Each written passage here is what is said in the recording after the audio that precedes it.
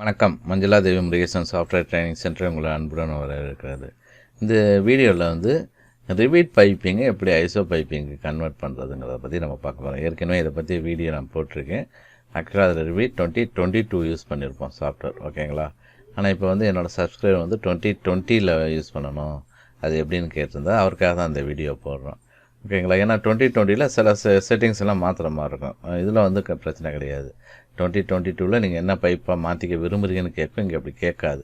அதனால் நம்ம தான் சில செட்டிங்ஸை நம்ம மாற்றுற மாதிரி இருக்கும், ஓகேங்களா. ஸோ இப்போ நான் ரிவிட்டில் போய்க்கிறேன்.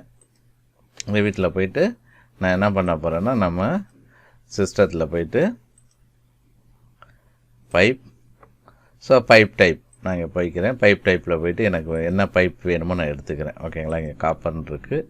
ஜஸ்ட்டு நான் வந்து கார்பன் ஸ்டீல் அல்லது பிவிசி எது வேணுமோ எடுத்துப்போம். ஸோ நம்ம பிவிசினே எடுத்துக்குவோம். எடுத்துக்கிட்டு ஓகே ஓகே. ஸோ இப்போ ஆஃப்செட் ஜஸ்ட் நான் கீழே நான் வரைஞ்சிக்கிறேன், ஓகேங்களா. ஸோ வந்து என்னென்னா ஒரு 1000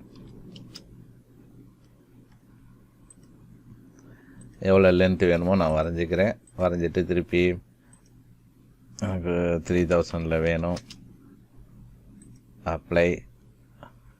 அப்புறம் திருப்பி இங்கே போயிட்டு எப்படி வேணுமோ நான் வரைஞ்சிக்கிறேன். வரைஞ்சிட்டு நம்ம 3Dயில் போய் பார்த்தோம்னா நமக்கு இங்கே இருக்கும்,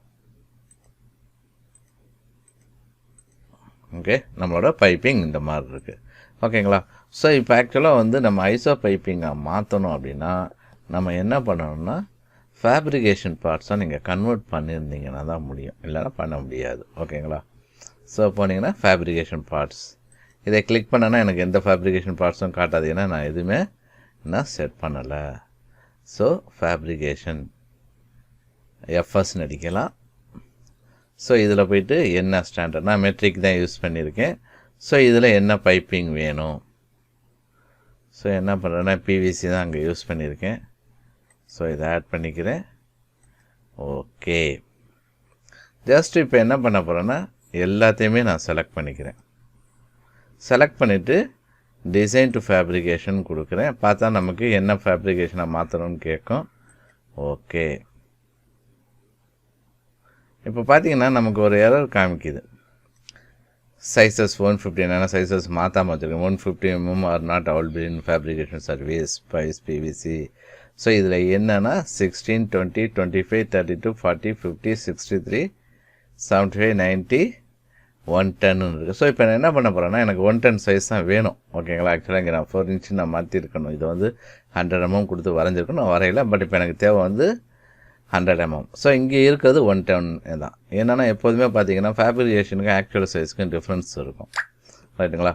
ஸோ அதை தான் இப்போ ஃபேப்ரிகேஷனில் போய்ட்டு நான் என்ன பண்ண போகிறேன்னா அந்த டைப்பை நான் இங்கே ஆட் பண்ணுற மாதிரி இருக்கும், ரைட். ஸோ இப்போ நம்ம இது ஆக்சுவலாக நம்ம பிவிசி தான் எடுத்திருக்கோம். ஸோ நான் எஸ்கேப் அடித்து வெளியில் வந்துடுறேன்.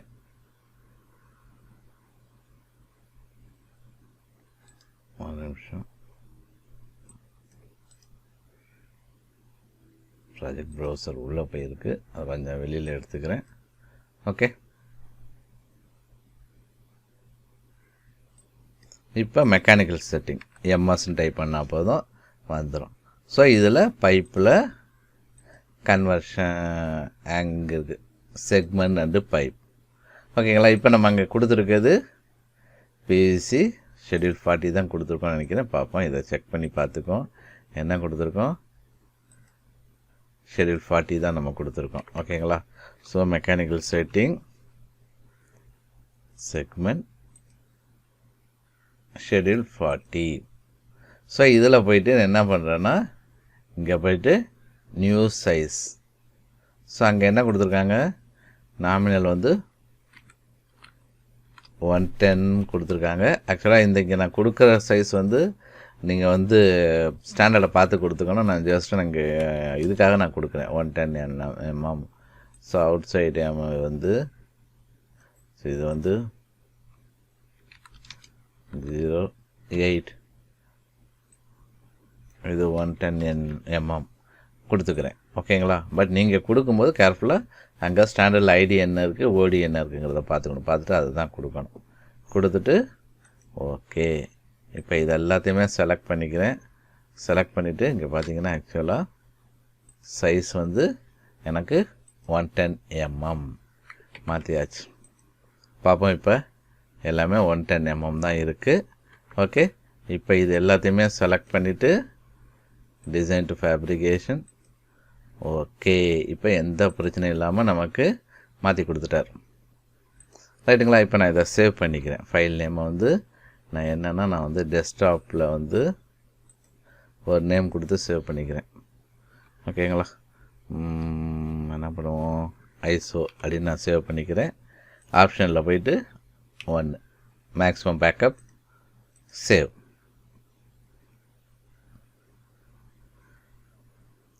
இப்போ மேனேஜரில் போனீங்கன்னா மேக்ரோஸில் மேக்ரோ மேனேஜர்னு இருக்கும். அதை கிளிக் பண்ணுங்கள். கிளிக் பண்ணிவிட்டு அப்ளிகேஷனில் போயிட்டு என்ன பண்ணுங்கன்னா கிரியேட் மாடியூல். ஸோ மாடியூலுக்கு என்ன நேம் வேணும்? ஸோ நான் ஐசோ என்ன நேம் வேணுமோ கொடுத்துக்குவோம்.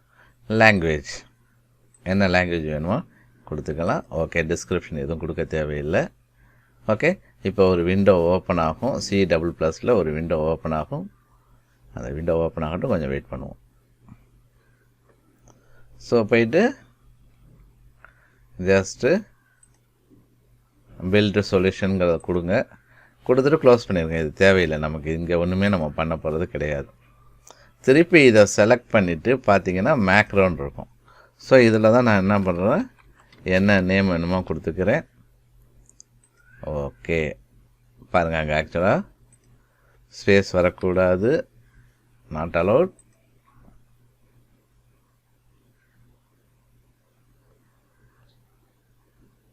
இப்போ எதுவுமே நான் சேஞ்சஸ் பண்ண போகிறதில்ல. இந்த இடத்துல ஒரு என்ட்ரி அடிச்சுக்கிறேன். 2 ப்ராக்கெட் இருக்குங்களா, ரைட்டுங்களா? ஸோ இங்கே பார்த்தீங்கன்னா ஏற்கனவே நான் டிஸ்கிரிப்ஷனில் கொடுத்துருக்கேன் என்ன வேணும் அப்படிங்கிறது. ஓகேங்களா? ஸோ இதை என்ன பண்ணுறேன்னா நான் டி ட்ரைவ்னு மாற்றிக்கிறேன். ஸோ நான் டி ட்ரைவில் என்னோடய டி ட்ரைவில் PCFனு ஒரு ஃபோல்டரை நான் க்ரியேட் பண்ணிக்கிறேன். PCF. ஓகே, கொடுத்துட்டு அந்த ஃபைலுக்கு என்ன நேம் வேணும் நான் என்ன பண்ணுறேன்னா ஐசோ. ஓகேங்களா? கொடுத்துட்டு இதை அப்படியே நான் காப்பி பண்ணி இந்த கேப்பில் நான் போட போகிறேன். இந்த கேப்பில் இதில் இந்த ஃபார்மேட் ரொம்ப முக்கியம். ஓகேங்களா? இந்த பாருங்கள், ஸ்லாஷ் ஃபோல்டர் நேம் கொடுத்துருக்கேன் பார்த்தீங்களா? இது நேம் எது வேணாலும் இருக்கலாம். PCFங்கிறதுக்கு எந்த நேம் வேணாலும் இருக்கலாம். ISOக்கு எந்த நேம் வேணாலும் இருக்கலாம். ஓகே, PCF உங்களோட ஃபோல்டர் நேமு, பட் ஃபார்மேட் // வரணும். இங்கேயும் // இங்கேயும் // வரணும். ஓகேங்களா? ஸோ போயிட்டு பில்ட் சொல்யூஷன் கொடுக்குறேன். எனக்கு க்ரீன் கலரில் வந்துச்சு பாருங்கள். இப்போ இதே வந்து நான் இதை தூக்கிட்டு நான் பில்ட் சொல்யூஷன் கொடுக்குறேன் பாருங்கள். அன்ரெகனைஸ்ட் எஸ்கேப் சீக்வன்ஸ்னு சொல்லுது. ஏன்னா இந்த இடத்துல நமக்கு / வரல. ரைட், இப்போ நான் என்ன பண்ணுறேன்னா சேவ் பண்ணி இதை சேவ் பண்ணுறதுனா பண்ணிக்கலாம், இல்லைன்னா க்ளோஸ் பண்ணிடுவோம். ஓகேங்களா? திருப்பி க்ளோஸ். Okay, right. இப்போ மேக்ரோ மேனேஜர் செலக்ட் ரன். இப்போ நம்ம அந்த PCFல போய் பார்ப்போம். சாரி, இன்னும் க்ரியேட் ஆகலை. Wait a minute. சாரி, அதில் சின்னதாக ஒரு தப்பு பண்ணிட்டேன். ஃபஸ்ட்டு நான் செலக்ட் பண்ணிக்கணும் பைப்பை. ஏன்னா நான் செலக்ட் பண்ணாமல் மேக்ரோவை கன்வெர்ட் பண்ணு அப்படின்னு சொன்னோம்னா அது பண்ணாது. செலக்ட் பண்ணிவிட்டு மேனேஜரில் போய்ட்டு மேக்ரோ சொல்லிவிட்டு இப்போ ரன். ஓகேங்களா? ஸோ பார்த்தீங்கன்னா நமக்கு ஐசோ PCF. ஏன்னா நம்ம நிறைய பைப்ஸ் இருக்கும். எந்த பைப்பை நீங்கள் கன்வெர்ட் பண்ண விரும்புகிறீங்களோ அதை செலக்ட் பண்ணிக்கணும். ஓகேங்களா? செலக்ட் பண்ணிவிட்டு கன்வெர்ட் பண்ணிக்கலாம். ஓகேங்களா? இப்போ என்ன பண்ணுறேன்னா AutoCAD Plan 3D அதை எப்படி கொண்டு வரதுங்கிறத பார்ப்போம். ஓகேங்களா? ஸோ இப்போ AutoCAD Plan 3D ஓப்பன் பண்ணிக்கிறேன். போயிட்டு PCF to pipe. ஓகேங்களா? ஹோமில் பார்த்தீங்கன்னா PCF to pipeன்னு இருக்கும். இதை எங்கே இருக்கும் அந்த PCF ஃபைலை கிளிக் பண்ணிக்கோங்க. ஓப்பன். ஸோ இங்கே வந்திருக்கும் கிரியேட் பைப்பிங். ஓகேங்களா? ஸோ என்னென்னா நம்ம இதை எடிட் பண்ணுறதுனா எடிட் பண்ணிக்கலாம். ஓகேங்களா? இது என்ன வேணும் ஓகே, நான் பிவிசி ஷெட்யூல் 40.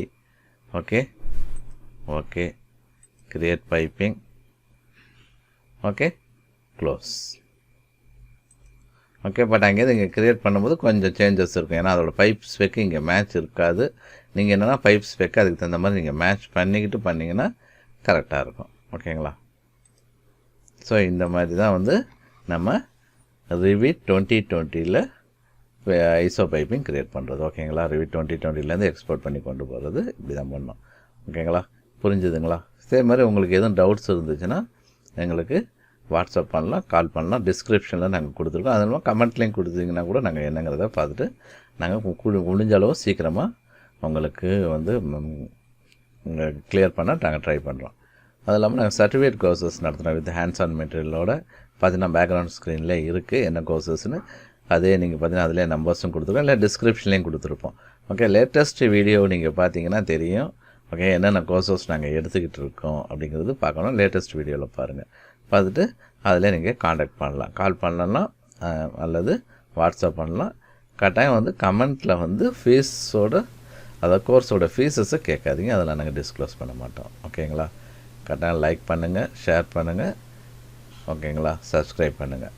ரொம்ப நன்றி.